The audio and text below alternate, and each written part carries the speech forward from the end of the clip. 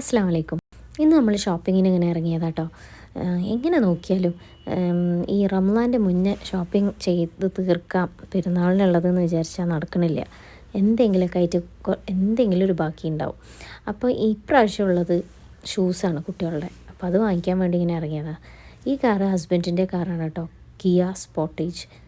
ഇത് എൻ്റെ കാറാണ്, നിസാൻ എക്സ്ട്രെയിൽ. അപ്പോൾ നമ്മൾ നിസാൻ എക്സ്ട്രെയിൽ എടുത്ത് അങ്ങനെ പോവുകയാണ്. ഇന്ന് നല്ലൊരു വെതർ കണ്ടീഷൻ, നല്ലൊരു പ്ലസൻറ്റ് ഡേ ആണ്. വെയിലൊന്നുമില്ല. നമ്മൾ ഉച്ചക്കാണ് ഇറങ്ങിയത്, രണ്ടര ആ ഒരു ടൈമിലാണ് ഇറങ്ങിയത്. ഒരു 1.5 മണിക്കൂറിൻ്റെ ഉള്ളിൽ തിരിച്ചു വരാനുള്ള പ്ലാനിൽ അങ്ങനെ ഇറങ്ങിയതാണ്. ഇതാണ് ജിദ്ദ റെയിൽവേ സ്റ്റേഷൻ. തിരക്കൊന്നുമില്ല കേട്ടോ പുറത്ത്. ഭയങ്കര കാമായിട്ട്, ഉച്ച നേരം ആയതുകൊണ്ടായിരിക്കാം ഭയങ്കര സൈലൻ്റ് ആയിട്ടാണ് റോഡൊക്കെ കിടക്കുന്നത് പൊതുവെ. അല്ലെങ്കിലും ഇപ്രാവശ്യം ഈ യുദ്ധമൊക്കെ ആയതുകൊണ്ടാണോ എന്നറിയില്ല, ഒരു ചെറിയൊരു സൈലൻസൊക്കെ റൂട്ടിൽ. ഇപ്പോൾ പെരുന്നാളിൻ്റെ 2 ദിവസം മുന്നേ എന്നുള്ളതാണല്ലോ ഇന്ന്. അപ്പോൾ എന്നിട്ടും ഒരു സൈലൻസൊക്കെ ഉണ്ട്. അല്ലെങ്കിൽ ഭയങ്കര ക്രൗഡഡൊക്കെ ആവേണ്ടതാണ് ശരിക്കും. പിന്നെ വെള്ളിയാഴ്ച പോലും കുറച്ച് തിരക്ക് കൊഴിഞ്ഞ പോലെ തോന്നി.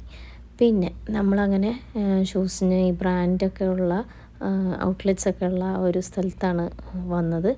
അപ്പോൾ ഇവിടെ നല്ലൊരു കുട്ടികൾക്കൊക്കെ ഭയങ്കര ഒരു ഇഷ്ടം പുറത്തിറങ്ങി ഇങ്ങനെ നടക്കാനൊക്കെ. അല്ലെങ്കിൽ നല്ല വെയിലുള്ള സമയമാണ് ഇപ്പോൾ. അങ്ങനെ നമ്മൾ ഷൂസൊക്കെ വാങ്ങിക്കാൻ വേണ്ടിയിട്ട് കയറി. പിന്നെ അത് കഴിഞ്ഞിട്ട് കുട്ടികൾ ഇന്ന് എന്തായാലും മൈലാഞ്ചി ഇടണമെന്ന് പറഞ്ഞിട്ടുണ്ടായിരുന്നു. അങ്ങനെ നമ്മളെ ഷോപ്പിങ്ങൊക്കെ കഴിഞ്ഞ് ഷൂ ഒക്കെ മേടിക്കൽ കഴിഞ്ഞ് അങ്ങനെ വീട്ടിലെത്തിയപ്പോൾ പെട്ടെന്ന് തന്നെ സാധനങ്ങളൊക്കെ വാങ്ങിച്ച്. അതിൻ്റെ ഇടയിൽ ഈ അപ്പുറത്തൊക്കെ വേറെ ഷോപ്പുകളുണ്ട് കേട്ടോ. അപ്പോൾ അവിടെയൊക്കെ ഞാൻ കയറിയപ്പം കുറേ നല്ല വീട്ടിലേക്ക് ആവശ്യമുള്ള സംഭവങ്ങൾ അങ്ങനത്തെ ഒക്കെ ഉണ്ട്. അപ്പം എന്തൊക്കെയോ അവിടുന്ന് റഗ്സ് അങ്ങനത്തെ കുറച്ച് സാധനങ്ങളൊക്കെ അതും മേടിച്ച് അങ്ങനെ വീട്ടിലെത്തിയപ്പോൾ ജ്യൂസ് മേടിച്ച് വന്നു. പക്ഷേ ആർക്കും സ്നാക്സ് പുറത്തുനിന്നുള്ളത് ഇഷ്ടമില്ല. അപ്പോൾ നമ്മൾ പെട്ടെന്ന് തന്നെ കുറച്ച് സമൂസയും ഒരു ഇറാനി പോളയും. അപ്പോൾ ഇറാനി പോള നമുക്ക് പെട്ടെന്ന് ഉണ്ടാക്കിയെടുക്കാൻ പറ്റുന്ന ഒരു സ്നാക്കാണ്. ഒരു 10-20 മിനിറ്റിൻ്റെ ഉള്ളിൽ തന്നെ പെട്ടെന്ന് നമുക്ക് വലിയ ഭാരമില്ലാണ്ട് ഉണ്ടാക്കിയെടുക്കാൻ പറ്റും. അതായത് കുറേ മടക്കാനും തിരിക്കാനും ഒന്നുമില്ലല്ലോ. പെട്ടെന്ന് ഇത് മിക്സിയിൽ മൈദ, ഓയിൽ, മുട്ട, പാല്, കുറച്ച് കുരുമുളക്, ഉപ്പൊക്കെ ഇട്ടിട്ട് അടിച്ച് പെട്ടെന്ന് നമുക്ക് ഉണ്ടാക്കിയെടുക്കാൻ പറ്റുന്ന ഒരു സ്നാക്കാണ്. അപ്പോൾ അതൊക്കെ കഴിച്ച് പിന്നെ കുറച്ച് ചട്ടിപ്പത്തിരി ഉണ്ടായിരുന്നു ബാക്കി. അപ്പോൾ അതും എടുത്ത് അങ്ങനെ അൽഹംദുലില്ലാ അന്നത്തെ ഇഫ്താറും കഴിഞ്ഞ് അങ്ങനെ പിന്നെ നമ്മൾ മൈലാഞ്ചി വേണമെന്ന് പറഞ്ഞിട്ടുണ്ടായിരുന്നു. അപ്പോൾ മൈലാഞ്ചി കുറച്ച് കഴിഞ്ഞിട്ടാട്ടോ, ഒരു രക്ഷയൊക്കെ കഴിഞ്ഞ ആ സമയത്ത് പിന്നെ നമ്മൾ മൈലാഞ്ചി ഇടാമെന്ന് വിചാരിച്ചു. അങ്ങനെ മൈലാഞ്ചി ഇടാൻ വേണ്ടിയിട്ട് എല്ലാവരും കൂടിയിട്ട് ഞാൻ പറഞ്ഞ് താഴെ ഇരുന്നാൽ മതി.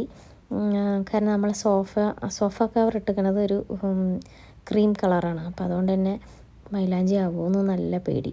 അപ്പം ഞാനിങ്ങനെ ആലോചിച്ചു, എൻ്റെ ഉമ്മ പണ്ട് ഇങ്ങനെ പിന്നാലെ നടക്കുമായിരുന്നു. ഞാനൊക്കെ ഇങ്ങനെ മൈലാഞ്ചി ഇങ്ങനെ ഈ റൂമിൽ നിന്ന് ആ റൂമിൽ കൊണ്ടുപോകും, അവിടെ കുറച്ച് നേരം ഇടും, എന്നിട്ട് അവിടെ എവിടെയെങ്കിലും വെക്കും.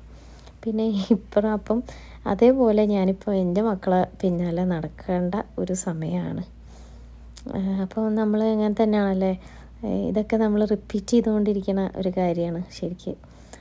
നമ്മളെ പാരൻസ് പറഞ്ഞ കുറേ കാര്യങ്ങളൊക്കെ നമ്മൾ പിന്നെ നമ്മളെ മക്കളിലും ഇതൊക്കെ നമ്മളിങ്ങനെ ചെയ്തുകൊണ്ടിരിക്കും. അപ്പോൾ അങ്ങനെ അതൊക്കെ അങ്ങനെ ഓർത്തുപോയി പണ്ടത്തെ. അപ്പോൾ എനിക്ക് പണ്ടും ഇപ്പോഴും മൈലാഞ്ചി ഇടുന്നത് ഇഷ്ടമാണ്.